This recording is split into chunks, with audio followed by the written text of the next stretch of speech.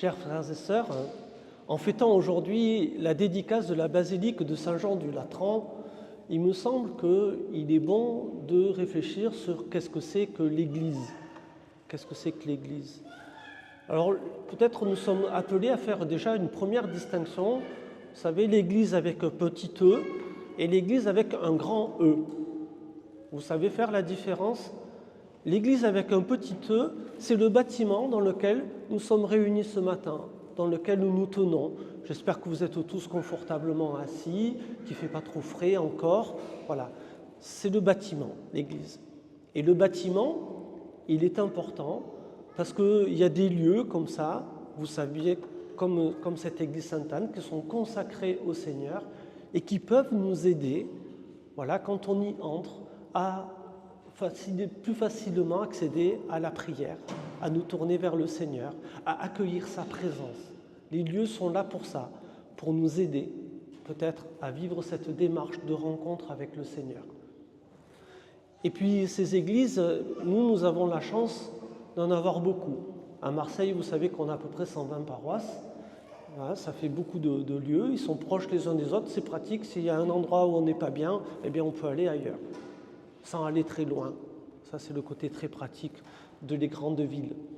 Mais vous avez vu, au temps de Jésus, de lieux, il y en avait qu'un, c'était le temple, parce que ça ne s'appelait pas église à l'époque, ça s'appelait temple, et c'était à Jérusalem. Il y avait un seul lieu pour tous les Juifs, c'était le temple de Jérusalem. Et voilà que ce temple de Jérusalem, il y a certains qui se sont installés à l'intérieur de l'église, pas dehors, sur la place, là, à l'intérieur, vous imaginez ça?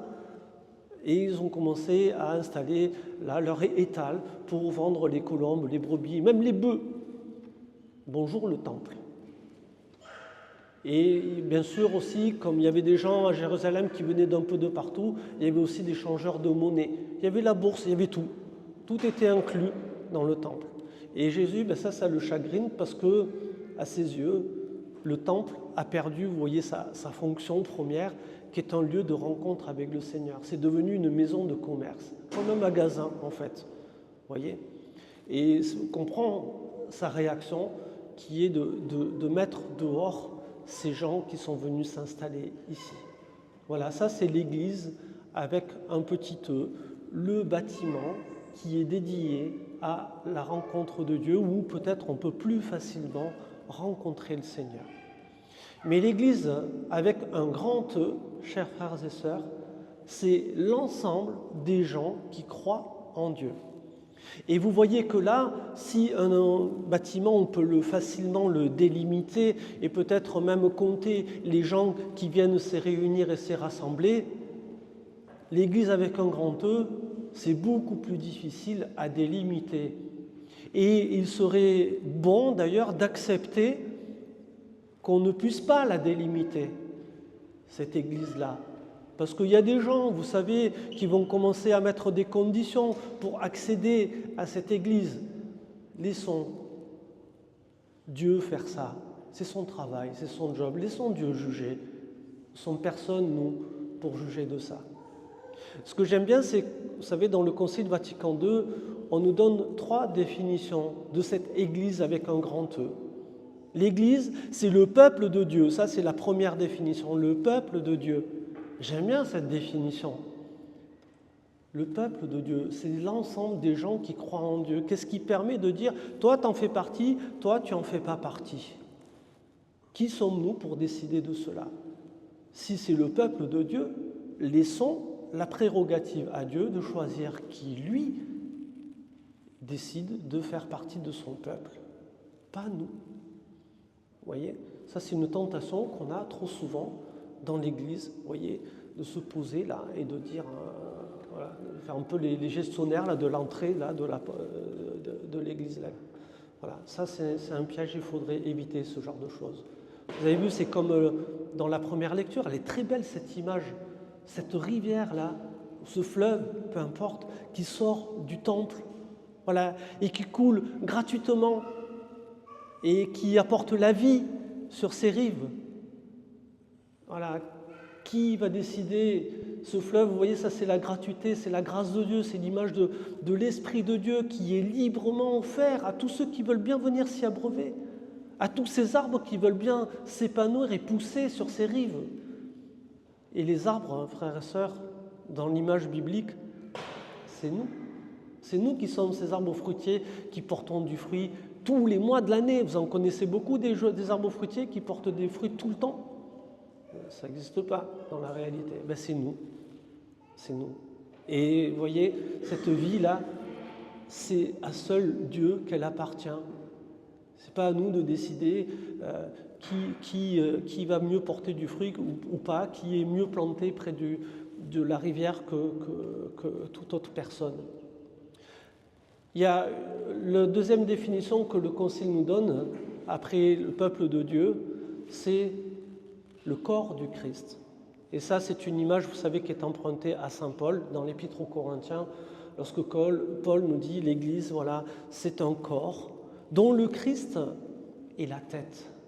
Et ça, c'est important de se rappeler que ce corps du Christ que nous formons, eh bien, il a une tête et c'est Jésus-Christ.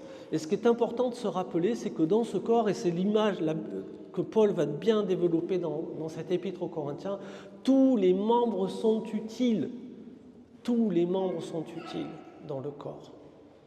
Et là aussi, ce n'est pas à nous de décider qui est mieux placé que pas. Si on part du principe que tous les membres sont utiles, alors réjouissons-nous de tous les membres que nous sommes et qui constituent ce corps du Christ qui est l'Église avec un grand E.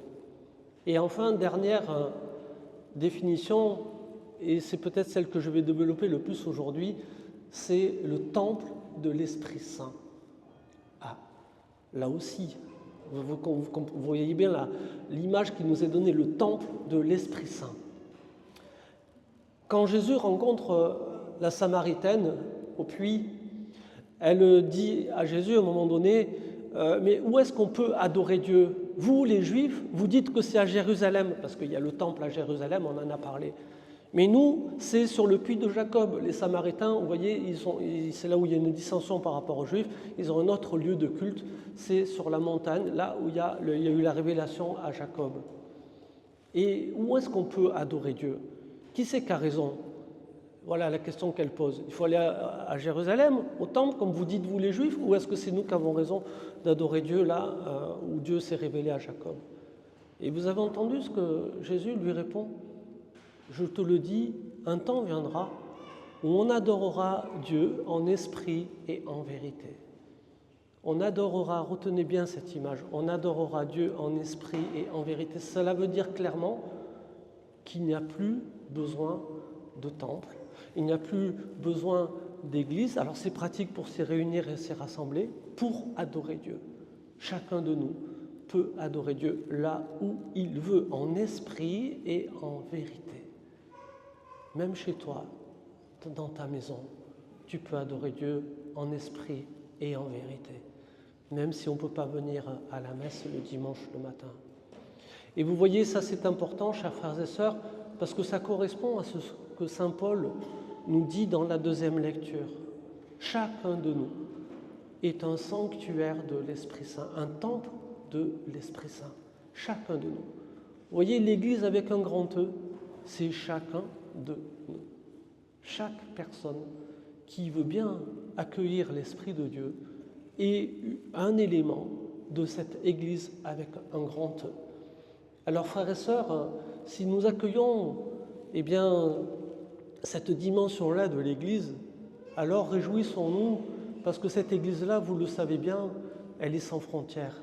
C'est difficile de savoir à qui le Seigneur a donné l'Esprit Saint et de se rappeler que nous-mêmes, déjà, nous faisons partie de cette Église. Alors vous savez, quand on parle de l'Église, faisons gaffe à ce qu'on en dit, parce qu'on parle de nous. On parle de nous, parce que nous en faisons partie. Même le tout petit, là-bas, qui nous fait un petit peu de bruit, mais ce n'est pas un reproche, entendons-nous bien, c'est l'Église. Voilà. Tes enfants, c'est l'Église. Peut-être de demain, Bruno, mais voilà, chacun de nous, quel que soit notre âge, quelle que soit notre fonction, qu'on soit prêtre, religieux, religieuse, simple, laïque, peu importe, chacun de nous, frères et sœurs, est un temple de l'Esprit Saint, un sanctuaire de la présence de Dieu. Chacun de nous constitue l'Église. Rendons grâce au Seigneur de nous avoir choisis pour cela et réjouissons-nous, si vous voulez bien, de toutes les autres personnes qui, avec nous, constituent cette Église aujourd'hui encore. Amen.